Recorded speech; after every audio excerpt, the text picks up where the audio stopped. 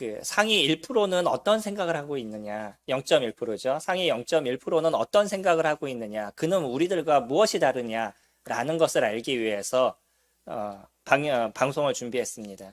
그래서 전국에 있는 고3 학생들을 통해서 준비를 했는데, 그때 당시 고3 학생들이 한 60만 명 정도 됐대요, 우리나라에서.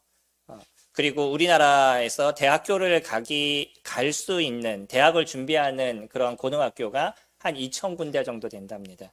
그럼 이 중에서 상위 0.1%는 몇 명 정도 되냐면 한 700에서 800명 정도가 돼요. 800명 정도로 제가 기억하는데 800명 정도가 돼요. 많은 것 같죠? 근데 800명이라고 그러면 어떻게 되냐면 고등학교 한 3개 정도 합쳐서 거기서 1명 정도예요. 2개나 3개에서 합쳐서 1명. 그렇다고 그러면은 상위 0.1%라 그러면은 어느 정도 되냐면 기본적으로 그 고등학교에서는 전교 1등인 거죠. 근데 그 고등학교뿐만 아니라 2-3개 학교를 합쳐서 0.1%인 거예요. 그러면 이 아이들은 다른 아이들과 무엇이 다른가라고 생각해서 여러 가지를 다 리서치를 했습니다. 부모님은 어떤가, 재산은 어떤가, 그들이 갖고 있는 IQ는 어떤가, 공부하는 거는 어떤가, 뭐 여러 가지를 다 준비를 했어요. 그래가지고서는 리서치를 다 해가지고서는 그러지 않은 아이들, 상위 0.01%가 아닌 아이들과 같이 비교를 했는데 차이가 뭔지 아세요? 없어요. 그러니까 신기한 거예요. 여기에서 이거를 방영해야 되잖아요. 전국의 0.1%의 아이들 뭐 이래가지고 이제 방영을 해야 되는데 해보니까 없어요. 그건 방송을 못 하잖아요. 그러니까 이게 너무 어려웠던 거야. 이걸 어떻게 처리해야 되나? 이들은 도대체 무슨 차이가 있는 건가? 라고 하다가 어떤 심리학자하고 같이 얘기를 하면서 무엇을 찾아봤냐면 이들이 하고 있는 실질적인 부분들이 무엇인가? 이들이 갖고 있는 인지가 있는데 조금 다른 인지가 있습니다. 그 인지를 이들은 어떻게 하고 있나라는 것을 한번 찾아봤어요. 그랬더니 분명한 차이가 한 가지가 드러났습니다. 그게 뭐였냐면 자기에 대해서 자기가 알고 있는 걸 잘 설명하는 아이들이에요. 이 차이입니다. 그러니까 이 아이들이 공부를 어떻게 하냐면 자기가 열심히 공부하고 나서 엄마를 불러요. 그 엄마를 불러서 앉혀놓고 엄마에게 설명을 해요. 그리고 학교에서도 친구들이 이거 뭐야? 라고 물어보면 그것에 대해서 다 설명을 해줍니다. 2등에게도 설명을 해주고 꼴찌에게도 설명을 해줘요. 2등에게 설명하는 것이 쉬울까요? 꼴찌에게 설명하는 것이 쉬울까요? 누구한테 설명하는 게 더 쉽죠? 예, 2등한테 설명하는 것이 쉽습니다. 2등은 그냥 이거야 라고 얘기하면 알아듣는데 꼴찌는요. 그런 얘기를 처음 들어보는 거예요. 다 설명을 해줘야 돼. 그러니까 잘 모르는 애가 이해할 수 있도록 설명하는 정도니까 그가 갖고 있는 게 얼마나 얼마나 정확하게 알고 있다는 것을 알 수 있는 거죠. 제가 요즘 한 일주일에 한 번, 하루나 이틀 정도 초등학교 1학년하고 중학교 아이들을 이렇게 학습에 대한 부분을 알려주는 시간들을 갖고 있습니다. 중학교 초등학교 4학년부터 6학년까지 아이들은 조금 더 쉬워요. 아이들이 그래도 열심히 하려고 그러고 무엇인가 들으려고 그러고 고민을 하는데 중학교 1학년 아이들은 하려는 아이가 거의 없어요. 그러니까 이제 같이 하는 선생님 중에 한 분이 뭐라고 얘기했냐면 야, 너희들 이렇게 공부해서 그것을 너희가 외우면 엄마한테 가서 얘기를 해줘. 나 이런 거 외웠어요. 엄마 한번 들어보세요. 라고 얘기를 해. 그랬더니 아이가 하는 얘기가 우리 엄마는 그런 거 안 들어요. 아이 그래도 한번 뭐 얘기해보면 되잖아. 우리 엄마는 그런 거 관심 없어요. 아이들이 하는 얘기입니다. 차이가 뭔지 아시겠죠? 부모들이 아이에 대한 관심이 없는 거예요. 그러니까 아이들이 공부를 안 하는 겁니다. 아이들이 공부를 안 한다라고 그 하는 한 가지만을 얘기할 수 있는 것이 아니라 그 아이가 왜 공부를 안 하는지에 대한 고민을 부모는 하지 않는다는 거예요. 부모 입장에선 공부해. 내가 너에게 학원 보내주잖아. 그래서 하는 게 뭐냐면 그냥 아이들 학원 끊어주고 어디 보내고 그러면 아이들이 공부한다라고 생각해요. 그러지 않습니다. 학원을 하시는 분들이 다 하는 얘기가 뭐냐면 여기 있는 아이들 중에 공부하는 아이들은 20%밖에 되지 않는데요. 이게 이제 보통 얘기할 때 파레토의 법칙이라고 얘기하는데 20%밖에 공부하지 않고 나머지 80%는 저에게 월급 주는 아이예요. 이렇게 얘기를 해요. 이게 학원 선생님들이 하는 이야기입니다. 엄마는 학원을 보내면 아이가 공부할 거라고 생각해요. 근데 그러지 않아요. 그 아이가 공부를 하게 하는 거는 그 아이가 공부를 하는지 안 하는지 아니면 어떻게 공부를 할 것인지에 대해서 부모가 같이 얘기하고 함께 대화할 수 있는 이런 것이 필요한 거예요. 그가 무엇을 알고 있는지에 대해서 얘기를 좀 듣고 도와줄 수 있는 부분들. 상위 0.01%의 아이들은 그 차이를 갖고 있어요. 이걸 이제 소위 얘기할 때 메타인지라고 얘기를 하는데, 내가 알고 있는 걸 내가 설명할 수 있는 거예요. 그러니까 내 자신을 아는 거예요. 이 아이들의 차이가 뭐냐면, 단어를 20개를 주고서는 20개 단어 중에 너 이거 1분에 몇 개 외울 수 있어 라고 얘기하면 자신이 몇 개 외울 수 있는지에 대해서 대답을 해요. 저요 15개 외울 수 있어요. 그리고 나서 시켜보면 정확하게 15개로 외워요. 그러지 않은 아이들은요, 물어보면 저 한 15개 외울 수 있을 것 같아요. 그런데 외워보면 13개, 어떨 땐 18개. 더 많이 외우니까 좋을 수도 있는 거죠. 근데 차이가 뭐냐면 자기가 자기를 모르는 거예요. 내 자신을 모르니까 내가 몇 개를 외울 수 있는지 나를 모르는데 0.01% 아이들은 자신을 알아요. 그러니까 내가 어느 정도까지 할 수 있다는 것을 아는 거예요. 왜 이와 같은 말씀을 드리냐면 저희가 예수 그리스도를 압니다. 그렇죠? 아시죠? 저희가 예수 그리스도를 안다라고 얘기했는데 그 예수 그리스도를 정확하게 알고 있느냐? 우리가 예수 그리스도를 얘기하면 기본적으로 하는 얘기가 있습니다. 저를 위해서 십자가에서 죽으셨어요. 이거는 믿지 않는 사람들도 다 하는 얘기인 거예요. 그거는 그냥 어느 정도 예수라는 분을 아는 사람들이라고 그러면, 기본적으로 예수님을 알지 못해도 예수님이 어떤 사람이야 라고 얘기한다 그러면 이스라엘에 갔었는데 언제 죽었대, 뭐 이 정도에 대한 얘기는 누구든지 다 할 수 있는 얘기인 거예요. 중요한 건 뭐냐면 그분이 나와 어떤 관계냐라는 거죠. 어저께 저희가 큐티에 대해서 말씀을 드렸을 때 왜 큐티에 대한 부분이 기억을 하셔야 되냐라고 얘기하냐면, 우리는 그냥 성경을 읽은 걸 갖고 큐티라고 얘기하지 않고요. 읽었던 그 말씀을 내가 하루 시간에 어떻게 계속 고민하면서 시간을 보내느냐라는 걸 큐티라고 얘기하는 거예요. 그러니까 오늘 내가 말씀을 묵상하고 적용했던 그 내용을 갖고 하루를 살아가는 거죠. 그 하루를 살아가는데 그 다음날 기억이 나시겠어요? 안 나겠어요? 나실 수밖에 없죠. 내가 하루를 생각했는데, 하루를 고민했는데. 어저께 제가 큐티했던 부분들은 그런 거였습니다. 귀 쓰는 그릇이 있고 천이 쓰는 그릇이 있지만 더 중요한 건 뭐냐면 그 그릇을 갖고서는 어떻게 사용해 나갈 것이냐. 나는 그러면 어떻게 준비되는 사람이 될 것이냐. 저는 하루를 살아가면서 그러면 어떻게 준비할 거냐. 이런 생각 저런 생각하면서 시간을 보내면 그것이 저희 머릿속에 남아있는 거예요. 근데 그러지 않으면 큐티는 날아가는 겁니다. 예수 그리스도, 우리는 예수 그리스도를 기억하는 하루의 삶을 살아가시잖아요. 그러시죠. 그래서 예수 그리스도와 어떤 삶을 살아셨냐라는 것이 우리가 하루의 시간들이 끝났었을 때 우리 머릿속에 남아있어야 되는 거죠. 예수 그리스도 그분과 내가 함께 살아가는 존재라 그러면, 그럼 그 하루의 삶 속에서 나는 그리스도와 무엇을 하면서 살아갔는지에 대한 것을 내 기억 속에, 내 삶 속에 그냥 묻어서 나와져 가는 거예요. 그러니까 그리스도를 얘기했었을 때 난 예수님과 함께 살아가서 기뻐요. 예수님이 나에게 주시는 은혜가 나에게 넘쳐요. 라는 고백을 저희들이 하게 되는데, 우리는 말씀을 묵상하고 나서 그 다음에 무엇을 하냐면 내가 원하는 인생을 살고 내가 필요한 인생을 살아가요. 그러고 나니까 예수님이 어떤 일을 하셨어요? 그러면 예수님이 나를 위해서 죽으셨어요. 그 이상의 것이 없어져 버리는 거예요. 오늘 말씀 묵상에서, 오늘 본문에서 주님은 본인을 뭐라고 얘기하시냐면 나는 선한 목자다라고 얘기합니다. 어떤 면에서 안다라는 단어를 제가 지금까지 말씀을 드렸었는데, 오늘 본문의 더 중심은 뭐냐면 선한 목자라는 거예요. 그래서 예수 그리스도 그분은 내가 이 땅에 너희들에게 선한 목자로서 이곳에 왔다라고 그들에게 설명을 하고 계시는 거죠. 그리고 그 이전을 살펴보면 저희가 지난주에 같이 보았던 9장의 메시지는 나면서부터 맹인이었던 사람의 눈을 뜨게 하셨던 예수님의 역사를 저희들이 보게 되죠. 그 친구가, 나면서부터 맹인이었던 그 친구가 예수님에 대해서 표현하는 이야기들이 나와요. 맨 처음에 너의 눈을 누가 띄었니? 라고 얘기했더니 이 친구가 저 잘 모르겠어요 라고 얘기해요. 왜 그러죠? 눈을 감고 있었잖아요.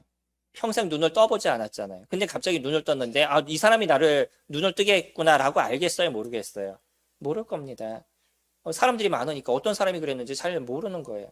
그리고 예수님이 그것을 친히 드러내시지도 않으셨던 거죠. 그냥 실로암에 가서 눈을 씻어 그러니까 이 친구는 가서 실로암에 가서 눈을 씻었어요. 그러면 그 자리에 예수님이 계시겠어요? 안 계시겠어요?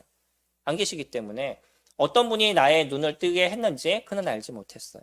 그리고 나서 그 다음에 만나서 바리새인들과 이야기를 합니다. 바리새인들이 누가 너의 눈을 뜨게 했니? 라고 얘기했더니 참 잘 몰라요. 근데 얘기를 듣다 보니까 그분은 선지자인 것 같아요. 라는 표현을 써요. 이제 뭔가 생각이 조금 더 진전된 걸 보게 되죠. 그리고 나서 나중에 예수님을 만나게 돼요. 그래서 예수님께서 내가 그라라고 얘기하죠. 내가 너의 눈을 떼었다라는 그 인자라는 표현을 쓰게 되는데 그 이야기를 통해서 그가 뭐라고 얘기하냐면 내가 믿기를 원합니다. 내가 당신을 믿기를 원합니다. 라는 표현을 써요. 변하고 있죠. 그의 인식 속에서 예수 그리스도에 대한 생각을 끊임없이 고민하다 보니까 예수님이 어떤 분인지에 대해서 정확하게 표현하는 나중에 단어들을 저희들이 볼 수 있어요. 그리고 예수 그리스도 그분이 자신이 어떤 분인지에 대해서 얘기하게 됐었을 때 그 자체를 그대로 받아들이는 이 그 맹인되었던 이분을 저희들이 볼 수 있습니다. 이분은요, 오늘 본문에서 얘기하는 것처럼 이제 양의 문을 통과한 또 한 사람의 모습을 가져가고 있는 거죠. 바리새인들은 자기네들이 목자라고 생각했습니다. 이 목자라는 단어는 포이멘이라는 헬라어를 써요. 이건 어느 단어하고 동일한지 아셔요? 에베소서 4장에서 등장하는 목사라는 단어와 동일한 단어입니다. 목자라는 단어와 목사라는 단어가 동일한 단어예요. 헬라어 포이멘이라는 단어를 이렇게 사용하게 되는데, 그래서 목사라는 그 호칭은 양무리를 치는, 양무리를 이끄는 그런 사람의 모습이다라고 얘기를 하죠. 바리새인들은요, 자기네들이 이스라엘 백성들을 이끌고 있는 지도자인 것처럼 생각을 갖고 있었어요. 그래서 목자라는 표현을 썼었을 때 이 바리새인들은 우리들이 목자라는 생각을 그들이 갖고 있었던 거죠. 근데 예수님은 뭐라고 얘기하시냐면요, 1절에 내가 진실로 진실로 너에게 이르노니 문을 통하여 양의 우리에 들어가지 아니하고 다른 데로 넘어가는 자는 절도며 강도다라고 표현해요. 물론 넘어가니까 우리가 생각할 때 그도 어디에 들어갔나 보다라는 생각을 갖고 있지만 하나의 개념을 저희들에게 이거는 얘기해 주고 있는 거예요. 저희가 비유를 갖고서는 그거를 교리적으로 받아들이면 어렵습니다. 주님은 이것을 하나의 비유를 저희에게 보여주고 있는 거예요. 뭐냐면 원래 정해진 문이 있는데 그 정해진 문을 통과하지 않고 다른 문으로 들어간다라고 그러면 그 사람은 온전한 사람이 아니다라는 거죠. 주님의 나라를 이끄는 사람들이 있는데 이 사람들이 그 문을 통과하지 않아요. 정해져 있는 문을 통과하지 않고 다른 데로 돌아 들어가요. 이런 사람들은 원래 그들의 목자가 되지 않는다라는 것을 예수 그리스도는 이야기하고 있어요. 오늘의 본문은 재밌는 얘기를 합니다. 주님은 나는 선한 목자다라고 얘기하면서 이스라엘 백성들을 이끌고 하나님의 자녀를 이끄는 일을 하신다라고 얘기하시면서 또 한편으로 나는 문이다 이렇게도 표현하셔요. 조금 다른 얘기죠. 어떤 면에서는요. 그러나 동일한 얘기를 하고 계시는 거죠. 문이라는 것은 정해져 있는 그 하나의 문을 통과하는 것이나 아니면 그 문을 지키는 분이나 동일한 의미로서 주님은 얘기하고 계시는 거예요. 예수 그리스도는요, 그 문을 지키는 목자의 모습을 갖고 있어요. 그래서 그 목자를 통해서 들어가는 양을 살피는 거죠. 들어갈 양과 들어가지 못할 양. 다시 얘기하면 내 양과 다른 양을 구분을 하는 거예요. 이건 이스라엘이 양을 치는 하나의 모습입니다. 무리를 만들어 놓고요, 문을 하나를 만들어 놔요. 그리고 거기에 자기 양을 집어넣습니다. 근데 양들이 이렇게 들어가는데 내 양이 아니면 빼버리는 거예요. 다른 목자들도 있잖아요. 그 목자에게 보내야 되는 거죠. 내 양이 아니니까. 그 구분을 하는 거예요. 그러면서 그 문에 서가지고선 목자는 그 일을 합니다. 근데 또 하나 주님은 두 가지의 의미를 얘기하신다 그랬죠. 나는 문이다라고 얘기하시잖아요. 그거는 예수 그리스도라는 그 문을 통과하지 않고 우리에 들어갈 수 없다는 거예요. 그러니까 나를 통과해야 된다는 거죠. 예수 그리스도 그분을 믿는다는 거는 예수 그리스도, 그러니까 우리가 주님을 믿는다는 건, 우리가 구원을 얻는다는 것은 예수 그리스도 그분을 통과하지 않고는 구원의 역사는 이루어지지 않아요. 그래서 요즘 제가 이단에 대해서 자꾸 말씀을 드리잖아요. 이단을 얘기할 때 그 사람들의 특징이 있어요. 뭐라고 얘기하죠? 자기를 믿어야 된다라고 얘기합니다. 본인이 재림 예수라고 얘기를 해요. 나를 통해야지만 구원의 역사가 있다라고 사람들은 얘기하는 거예요. 이게 사람인 거죠. 재림 예수. 다시 얘기하면 이단들이 하는 기본적인 모습인 겁니다. 근데 주님은요, 본인을 통과하지 않고는 어떤 누구도 구원의 은혜를 입을 수 없다라고 얘기를 해요. 여기 잠깐 손을 놓으시고 저희 사도행전 4장 말씀 같이 볼까요? 4장 12절에 보시면 다른 이로서는 구원을 받을 수 없나니 천하 사람 중에 구원을 받을 만한 다른 이름을 우리에게 주신 일이 없음이라 하였더라. 예수 그리스도 그분 이름 외적으로 구원 얻을 이름을 우리에게 주신 적이 없다라고 베드로는 아주 당당하게 이야기를 하고 있어요. 어떤 누구도요, 참된 하나님의 자녀가 되는 것, 하나님의 백성이 되는 데 있어서 예수 그리스도를 통하지 않고 이와 같은 은혜를 입을 수 없는 겁니다. 내가 아무리 철떡같이 믿어도요, 내가 아무리 성경을 잘 알아도, 내가 모든 것을 다 이야기할 수 있는 힘이 있다 할지라도 그것이 나라는 그 중심으로 우리가 이야기를 하는 모습이라고 그러면 그거는 주님을 알지 못한다는 거예요. 우리는 무엇을 얘기하냐면 나의 구원의 모든 역사, 내가 하나님의 자녀가 되는 건 누구를 통했다고요? 예수 그리스도 그분을 통해서 이루어졌다는 거예요. 예수 그리스도 그분이 나를 위해서 십자가에 죽으시고요, 죽음 가운데서 다시 부활하신 그분이신 거고, 그래서 나는 이제 예수 그리스도 그분과 함께 살아갑니다라는 그 고백, 그 고백이 우리가 하나님의 자녀임을 증명해 주고 있는 거죠. 여기는 하나의 우리를 얘기하고 있습니다. 본문으로 돌아가시면 우리를 들어가면 또 다른 하나의 세계가 시작이 되는 거예요. 거기에는 오직 이 목자의 보호함과 목자의 돌봄을 위해서 인해서 살아갈 수 있는 그런 공간인 거죠.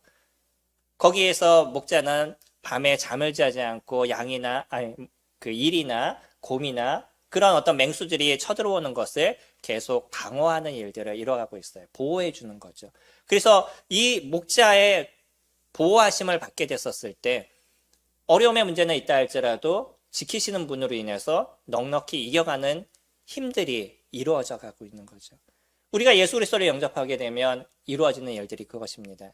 하나님 나라에 갈 수 있는 은혜가 저희들에게 있고, 하나님을 만나는 기쁨이 저희들에게 있는 것뿐만 아니라 살아가고 있는 지금의 삶에서 하나님께서 주시는 은혜가 저희들에게 풍성하게 이루어져 가고 있다는 거예요.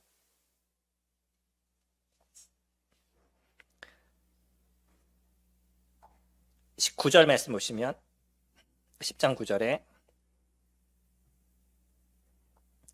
내가 문이니 누구든지 나로 말미암아 들어가면 구원을 받고 또한 들어가며 나오며 꼴을 얻으리라. 예수 그리스도 그분을 통했었을 때 진정한 구원의 은혜를 저희들은 맛보게 됐습니다. 예수님이 나의 주님이십니다. 예수님이 나의 하나님이십니다. 라고 고백했던 도마의 모습처럼 예수님을 믿지 못했던 그 도마의 모습이 내가 그분의 부활하신 그분 앞에 내가 손가락에 그 옆구리에 손을 집어넣고 그 손가락에 손을 집어넣어 봐야지만 믿을 수 있겠다라고 얘기했던 그 도마가 예수님이 다시 부활하신 모습을 직접 보고 나서는 아무 행동도 하지 않았죠. 손가락을 집어넣어 봤나요?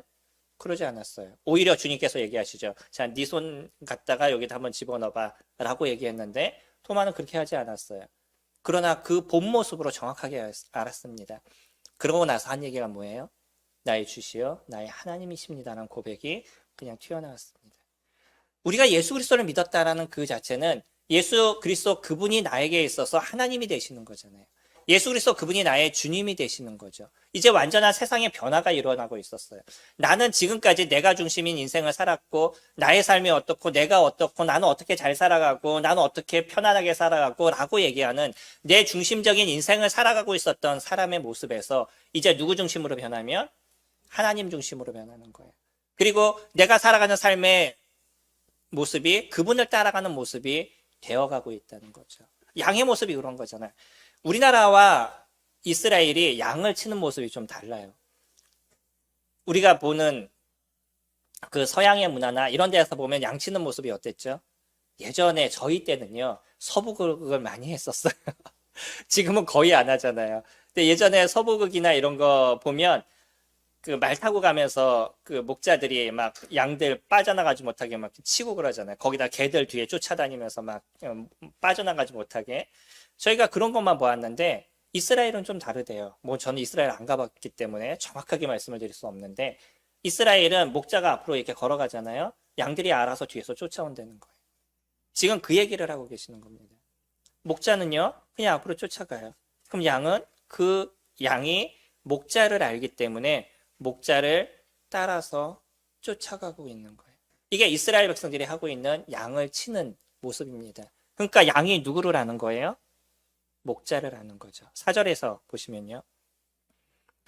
자기 양을 다 놓은 후에 앞서가면 양들이 그의 음성을 아는 거로 따라오되 타인의 음성은 알지 못하는 거로 타인을 따르지 아니하고 도리어 도망하느니라.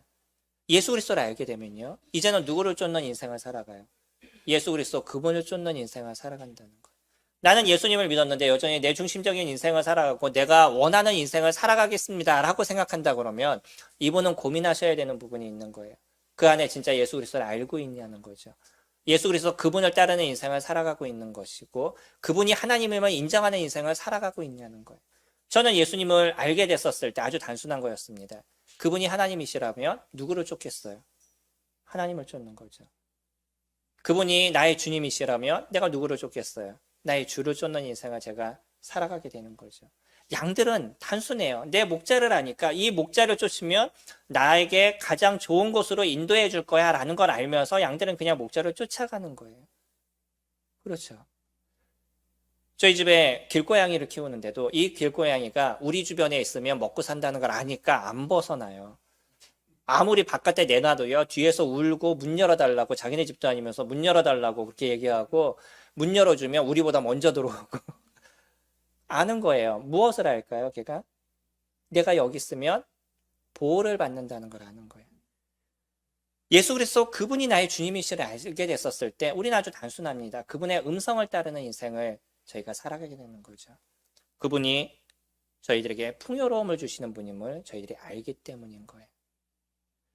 사람들은요, 예수님을 쫓는 모습에서도 조금 다른 모습을 갖고 있습니다. 내가 이 땅에서 조금 더 건강하기를, 내가 이 땅에서 조금 더 돈을 많이 벌기를, 내가 이 땅에서 자녀들이 조금 더 잘 되기를, 무엇인가 중심이 다 누구예요? 자기에게 놓여져 있는 거예요.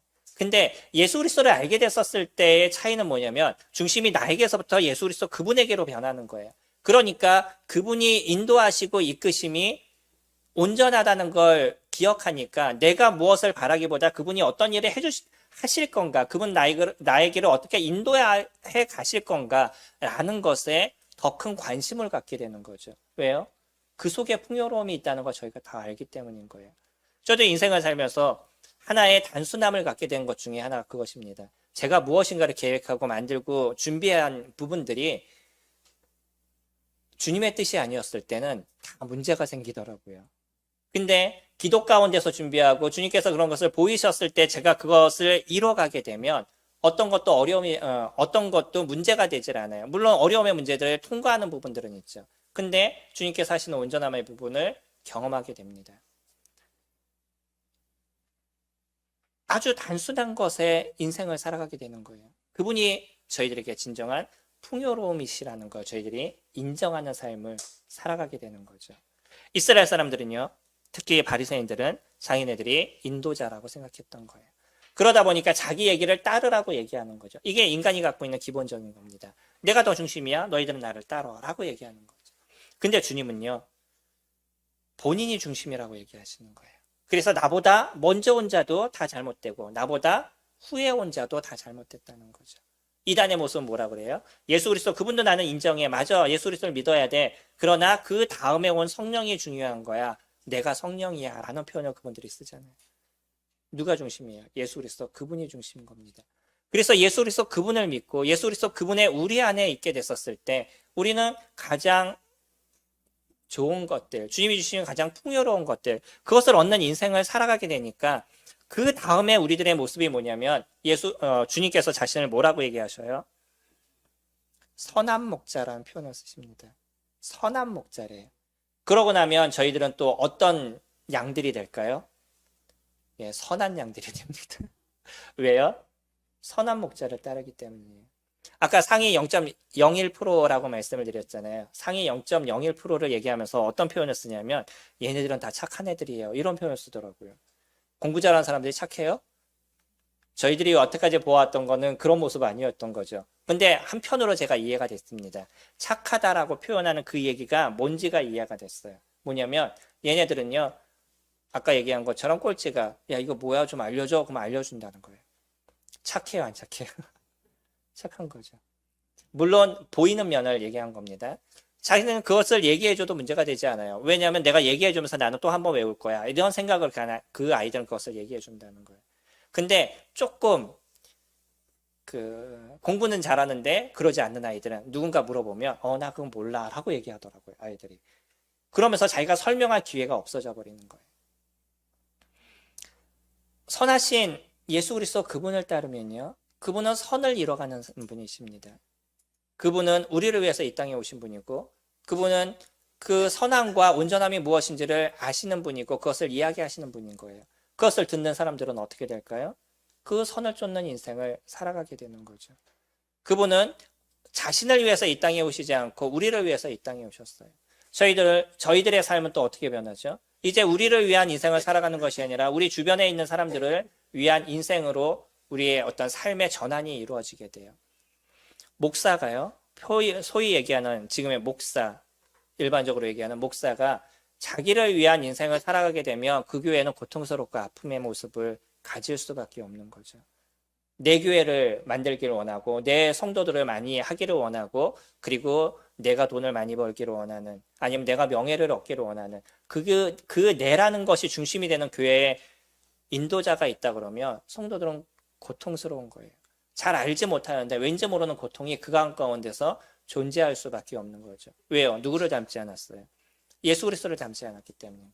예수 그리스도는 선하신 분입니다. 그 선을 이루시고 그 선을 만들어 가시는 분인 거예요. 그러니까 그를 따르는 존재들도 선으로 변해가는 거예요. 왜 때로는 주님을 믿은 것에 대해서 그 사람이 어떤 행동을 하느냐를 이야기를 하냐면 자연스러운 겁니다. 변해가게 되어져 있기 때문이에요. 그리스도를 보면서 그의 생각이 변해져 가게 됐고 그리스도를 보면서 그의 행동이 변해져 가기 때문인 거예요. 우리가 말씀을 묵상하시면서 그러지 않으시나요? 나의 삶을 보고 나의 문제를 보고 그것을 어떻게 변화시킬까 어떻게 바꿀까 기도하시고 마음을 쓰지 않으시나요? 여전히 저는 말씀을 볼 때마다 찔립니다. 말씀을 보시면서 너무나 풍요롭고 행복하시나요? 말씀을 보실 때 좀 찔리시나요? 전 많이 찔려요. 말씀을 볼 때마다 찔립니다. 그러면 힘들어요. 어떤 면에서. 그러지 않으세요? 내가 잘 되지 않는 것도 해야 되기 때문에 그것이 좀 힘들어요. 그러나 그게 내가 가야 될 길인 것을 제가 알고요. 그 길을 가게 됐었을 때 왜 주님이 저희들에게 풍요로움을 주신다고 얘기하셨는지를 정확하게 알아요. 그러니까 그 길을 가게 되는 겁니다. 주님은요.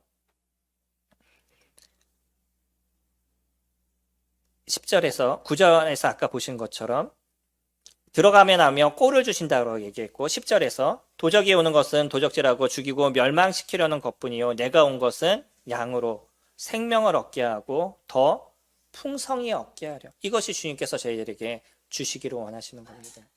그리스도 안에서 풍성함을 누리시나요? 네, 누리셔야 됩니다. 그 풍성함은 주님이 우리에게 이미 주신 것이에요. 그 주신 것을 내가 누리느냐 누리지 못하느냐의 삶의 모습인 것입니다. 가끔 저희 형제님 중에 한 분이 그런 얘기 하셔요. 연말이 되면 새해 복 많이 받으세요. 이렇게 많이 하시잖아요. 근데 그 형제님 뭐라고 얘기하시냐면 주신 복 풍성히 누리세요. 이렇게 얘기하셔요. 어떤 면에서는 그것이 더 정확한 겁니다. 그렇죠? 주님께서는 저희들에게 풍성하게 복을 주셨어요. 근데 그것을 내가 누리느냐 누리지 못하느냐 이거는 우리에게 놓여져 있는 거죠.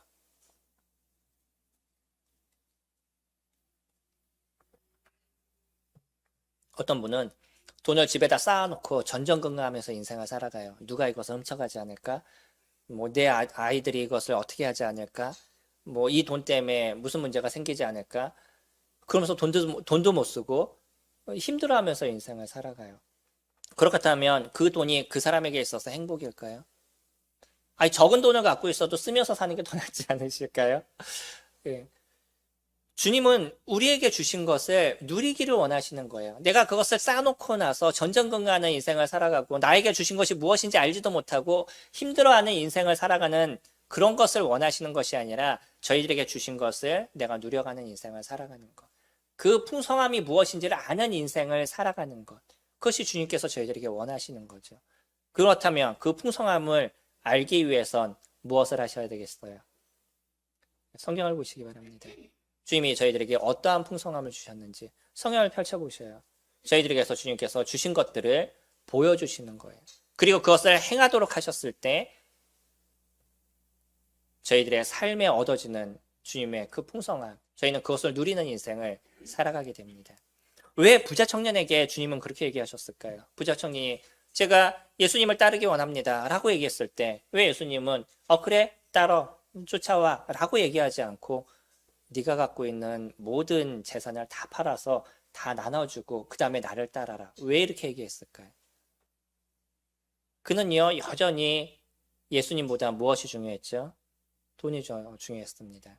그 돈을 포기하지 못했던 거예요. 내가 돈을 끌어안고 예수님은 쫓아갈 수 있습니다. 근데 돈을 포기하고 예수님은 쫓아갈 수 없어요 라고 얘기하는 그 중심을 주님께서는 아신 거예요. 그럼 주님은요 소위 요즘 얘기하는 이단의 사람들처럼 그 돈을 다 본인이 갖기 위해서 다 팔고 나를 쫓아와라 이렇게 얘기하셨을까요? 아니에요. 그가 포기하지 못하는 그 하나, 그것을 끌어안고서는 예수 그리스도를 만날 수 없는 그 하나 때문에 주님께서는 얘기하신 겁니다. 내가 안에 있는 그 포기하지 못하는 그 무엇인가가 있으시면 그것을 버리셔야 돼요. 내가 갖고 있는 유흥일 수도 있고요. 아니면 내가 끊임없이 붙잡고 있는 내 건강일 수도 있고 내 돈일 수도 있고요. 인간관계일 수도 있고 여러 가지가 있을 수 있어요. 주님 앞에 던져놓으셔요. 그리고 주님께서 어떻게 문제를 해결해 나가시는지, 내가 던져놨는데 주님은 더 어떤 놀라움을 나에게 보여주시는지를 한번 경험해 보셔요. 이게 우리가 얻어지는 풍성함인 겁니다. 던져놓지 않고는요 그것을 도저히 경험하지 못할 거예요. 이 부자 청년이 자신의 모든 것을 다 팔았었을 때 예수 그리스도 그분이 나에게 주시는 은혜가 무엇인지를 경험할 수 있었는데 그것을 버리지 못하니까 결국은 그것을 경험하지 못했어요. 아마 주님은요 그가 모든 것을 다 주님 앞에 던져놓게 됐을 때, 가난한 사람들을 위해서 그 물질을 다 쓰게 됐었을 때 그 사람에게 그 이상의 것을 채워주실 분이었을 거예요. 우리는 무엇을 바라면서 그런 것을 하지 않습니다. 근데 주님으로 인해서 그 일을 이루어가게 됐었을 때 하나님께서 하신 놀라움을 경험하게 되는 거예요. 저도 조금의 경험을 하는 것은 그렇습니다. 전 처음에 주님을 섬길 때 내가 주님을 섬기는 건 물질이야 라고 생각해서 열심히 돈을 벌어서 주님 앞에 드리겠다라고 생각했는데 돈을 안 주시더라고요. 그래서 방향을 바꿨습니다. 이 길이 아니구나 라고 생각이 들어서 여러 가지 다른 일을 하다가 결국은 목회의 길을 갈 수밖에 없는 상황들을 주님께서 보이셔서 이 길을 걸어왔는데 여전히 그 속에서 주님께서 주시는 풍요로움을 저희가 경험하게 돼요. 내가 열심히 돈을 벌어서 얻는 것보다 주님께서 보여주시는 것을 통해서 나타나는 것이 더 크다라는 것을 경험해 갑니다. 저와 저희 자매는 그래서 한 가지 얻은 게 있어요. 누군가 그것을 보여줬을 때 그냥 그 일을 해봐요. 그러면 주님이 왜 그것을 저에게 보이셨는지를 저희들이 알게 돼요. 그것이 어떤 죄 가운데 생기는 문제라든지 이런 거라면 그냥 던져놓습니다. 우리 게 아니니까. 선한 목자는요 저희들에게 풍요로움을 주시는 분입니다. 선한 목자가 우리를 고통스럽게 하거나 우리에게 아픔을 주는 존재라고 그러면 그쪽은 쳐다도 보지 마셔야 된다는 거예요. 두 번째, 저희 11절부터 보시면 나는 선한 목자라. 선한 목자는 양들을 위하여 목숨을 버리거니와 삭구는 목자가 아니요 양도 제 양이 아니라 이리가 오는 것을 보면 양을 버리고 달아나니 이리가 양을 물어가고 또 해치느니라. 선한 목자는요 목숨을 버릴 수 있는 존재인 거예요. 양들을 위해서. 그것이 예수 그리스도 그분이신 거잖아요. 그러나 재밌는 건 뭐냐면 그분은요 18절에 이를 내게서 빼앗는 자가 있는 것이 아니요 내가 스스로 버리노라. 나는 버릴 권세도 있고 다시 얻을 권세도 있으니 이 계명은 내 아버지에게서 받았노라 하시니라. 예수 그리스도께서 목숨을 버리신 것이, 그러니까 십자가에 죽으신 것이 빌라도에 의해서 죽거나 이스라엘 백성들에 의해서 죽은 것이 아니라는 거예요. 어떻게 하셨다고요? 스스로 버리셨다라고 얘기를 해요. 그리고요 목숨을 다시 얻을 수 있는, 부활하실 수 있는 권세도 예수 그리스도 그분에게 있었다는 것이죠.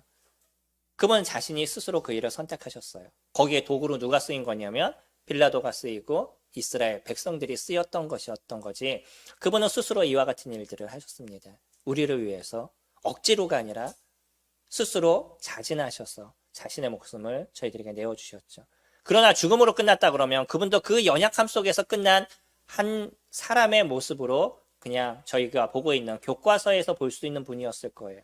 그러나 거기서 끝나신 것이 아니라 예수 그리스도 그분은 그 죽음에서부터 다시 부활하셔서 스스로가 하나님의 아들이심을, 스스로가 하나님이심을 저희들에게 증명해 주셨죠. 도마가 얘기했던 것처럼 나의 하나님입니다 라고 고백하는 그 진정한 고백이 드러날 수 있는 모습을 예수 그리스도 그분은 저희들에게 보여주셨습니다. 한번 생각해 보세요. 성령님들을 위해서 목숨을 버리실 수 있는 분이라고 그러면 어떤 것도 해주실 수 있을까요? 나를 위해서 목숨을 버리실 분이라고 그러면 그 다음에 무엇을 해주실 수 있을까요? 내가 원하는 모든 것을 해줄 수 있지 않으시겠어요? 나에게 목숨을 주실 수 있는 분이라고. 근데 안타깝게도 많은 사람들이 예수님을 얘기할 때 나를 위해서 십자가에서 죽으셨어요. 그분이 내 죄를 다 사해 주셨어요. 라고 얘기하는데 인생을 살아갈 땐 예수님과 상관없는 인생을 살아가요. 왜 그럴까요? 예수 그리스도 그분이요. 나를 위해서 이와 같은 일들을 이루셨는데 어찌 나와 같은 삶에 나와 같은 자의 그 단순한 인생을 못 도와주실까요? 그분은 선한 목자라고 얘기하시죠. 그래서 그 양들을 불러서 앞으로 가시면 양들이 그 음성을 듣고 쫓아가는 거예요. 양들은 무엇을 듣는다고요? 목자의 음성을 듣는 거죠. 그 음성을 듣고 쫓아가요. 다른 사람이 부르면 쫓아가지 않아요. 목자가 불렀을 때 쫓아가는데 쫓아가 보니까 어디로 인도해요? 푸른 초장으로 인도하는 거죠. 가장 풀이 많은 곳으로 양들을 인도해서 그곳에서 편안하게 풀을 뜯을 수 있도록 도와줘요.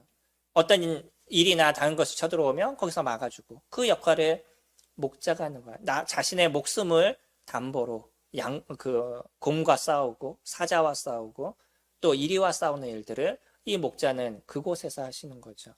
예수 그리스도는 언제나 우리를 보호하십니다. 언제나 지켜주셔요. 우리에게 목숨을 주실 만큼 우리를 사랑하셨던 그 모습은 우리가 살아가는 삶의 모든 여정에서 항상 나타나고 있는 거예요. 때로는 우리 가정 가운데 일어나는 어려움의 문제라든지 아니면 내가 직장에서 나타나고 있는 여러 가지 문제라든지 인간관계에서 나타나는 어려움의 문제 속에서도 주님은 언제나 그 속에서 함께 하시는 거예요. 그러면서 무엇을 얘기하실까요? 그래, 좀만 더 버텨봐. 그래, 좀만 더 나를 의지해봐. 조금 더 온전한 일을 이루어봐. 그의 선이 무엇인지 거기서 선을 한번 드러내봐. 내가 너를 도와줄게. 내가 지켜줄게. 내가 함께 할게. 라고 주님은 계속적으로 저희들에게 이야기하고 계시는 거죠. 악으로 악을 갚지 마시기 바랍니다. 선으로 악을 갚으셔요. 선을 드러나게 되면 남들이 봤었을 때 우리를 이상하게 볼 수도 있습니다. 쇼펜하우는 저희들에게 이렇게 얘기를 했었어요.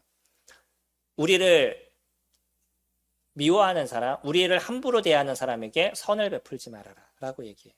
왜냐하면 나를 함부로 대하는 사람에게 내가 선을 베풀면 그 사람은 나를 더 함부로 대한다 라고 얘기해요. 이게 세상 처세술입니다. 유명한 분이죠. 그 처세술도 많이 나와 있어요. 일반적으로 살아가는 삶의 모습에선 그것이 맞아요. 그러지 않나요? 근데 주님은 뭐라고 얘기하세요? 선으로 악을 갚아라 라고 얘기하세요. 일반적으로 얘기할 때는요, 나를 함부로 대하는 사람에게 내가 계속 급신거리면 더 나를 이용해 먹으려고 그런다는 거예요. 이게 요즘 얘기하는 갑질, 또 뭐죠? 가스라이팅, 뭐 이런 것들인 거죠. 근데요, 우리가 그 악을 행하는 자에게 선으로 갚아주게 되면 내가 그 사람에게 굽신거리는 것이 아니라 하나님께서 선으로 그 일을 행하라는 걸 내가 기억하고 그 하나님을 봄으로써 선을 행해 나가면 그 사람이 무서워서가 아니라 하나님의 말씀에 순종하면서 그 일을 이뤄가는 거기 때문에 하나님께서 새로움을 만들어 가신다는 거예요. 하나님께서 그 악을 새롭게 하시는 것을 저희들에게 보여주신다는 거죠. 이게 주님께서 저희들에게 해주시는 일들인 거예요. 사람들은 사람을 무서워합니다. 나에게 갑질하는 사람은 사람을 두려워해요. 사람을 두려워하지 마시기 바랍니다. 왜 두려워하셔요? 그 사람이 나에게 무엇을 해줄 수 있겠어요? 그 사람이 나를 어떻게 할 수 있겠어요? 예수 그리스도 그분이 저희들을 보호하시고 그분이 나를 지키시겠다라고 얘기하시는데 그 사람이 나에게 어떤 것을 할 수 있겠어요? 주님이 막아주신다는 거예요. 하나님께서 함께 해주신다는 거죠. 저희들이 의지할 것은 주님을 의지하는 겁니다. 그래서 나를 위해서 목숨을 버리신 그 선한 목자 그분이 나의 삶의 여정에 함께 하시고 그 여정 속에서 새롭게 하시는 것을 우리는 계속적으로 경험하고 체험해 나간다는 거예요. 저는 아주 무서운 것도 때로는 본 적이 있습니다. 그렇게 갑질을 하고 자기중심적인 인생을 살아가고 그리고 딴 사람에게 고통을 주고 아픔을 주는 그런 사람들이 자신이 돌이키지 않았을 때 그 사람들이 선한 주님의 자녀들을 너무 괴롭히고 힘들어하게 했을 때는 돌이키지 않으면 주님이 그런 사람은 데려가시는 경우들도 생기게 된다는 거예요. 하나님께서 한번 생각해 보셔요. 저희 자녀가 있는데 저희 자녀에게 어떤 애가 갑질을 해요. 어떠시겠어요? 소위 얘기해서는 열불이 나지 않으시겠어요? 주님의 자녀인 저희들에게 누군가 갑질을 해요. 하나님 보실 때 어떨까요? 못 참으시는 거예요. 화가 너무 나시는 거겠죠. 끊임없이 저희들을 보호하시고 지키시는 것. 그건 주님이 하시는 일입니다. 저희 마지막 19절 보시면 이 말씀으로 말미암아 유대인 중에 다시 분쟁이 일어나니 그 중에 많은 사람이 말하되 그가 귀신 들려 미쳤거늘 어찌하여 그 말을 듣느냐 하며 어떤 사람은 말하되 이 말은 귀신 들린 자의 말이 아니라 귀신이 맹인의 눈을 뜨게 할 수 있느냐 하더라. 여전히 동일한 모습을 보면서 한 부류는요 자기네 생각만을 이야기를 합니다. 그가 귀신 들렸다라는 어떤 전제를 갖고 예수 그리스도를 이야기해요. 그러나 어떤 사람은 조금 더 이성적으로 바라보죠. 어떻게 귀신이 들린 사람이 하나님의 일을 할 수 있겠냐라고 이성적으로 바라보는 거죠. 이 이성적으로 바라보는 사람들 속에선 예수 그리스도를 만날 수 있고 예수 그리스도를 믿을 수 있는 길들이 준비가 되어져 있겠죠. 저희들도요. 살아갈 때 우리는 우리가 갖고 있는 생각이나 내가 갖고 있는 감정이나 이것을 갖고 세상을 보는 거나 그것을 갖고 문제를 해결해 나가는 것이 아니라 무엇을 보셔야 돼요? 주님의 말씀을 보셔야 됩니다. 주님께서 무엇을 얘기하셨는지 그것의 중심을 갖고 저희가 살펴보게 됐었을 때 내가 가야 될 길과 가지 말아야 될 길, 내가 취해야 될 것과 취하지 말아야 될 것이 정확하게 저희들에게 구분이 되어져 나가게 될 거예요. 그리고요, 내가 온전한 것을 선택해 나가게 됐을 때 선하신 목자 그분처럼 내가 선을 붙잡는 그런 인생을 살아가게 됐었을 때 하나님께서 이뤄가시는 일들을 저희들이 경험하게 됩니다. 저희는 교회에서도 그것을 보고 있어요. 많은 일들이 있었음에도 불구하고 몇십 년의 기간 동안에 여전히 남편을 위해서 기도하고 참으시고 인내하시는 시간들을 가져가시다 보니까 그분이 마음이 열리게 되고 교회에 참여하게 되는 일들을 경험하고 있습니다. 주님이 어떤 일을 하시는지를 볼 수 있었던 너무나 놀라운 그 은혜와 역사에 대한 모습이었었어요. 잃어보시기 바랍니다. 하나님께서 어떤 일을 이뤄가실지. 선을 드러내시기 바랍니다. 그 선이 하나님께서 어떤 일을 하실지 그것을 통해 성도님들의 삶에 풍성함을 누리시고 이것을 통해 성도님의 삶에 기쁨을 누리시는 시간들이 되시리라 생각이 됩니다. 기도하겠습니다.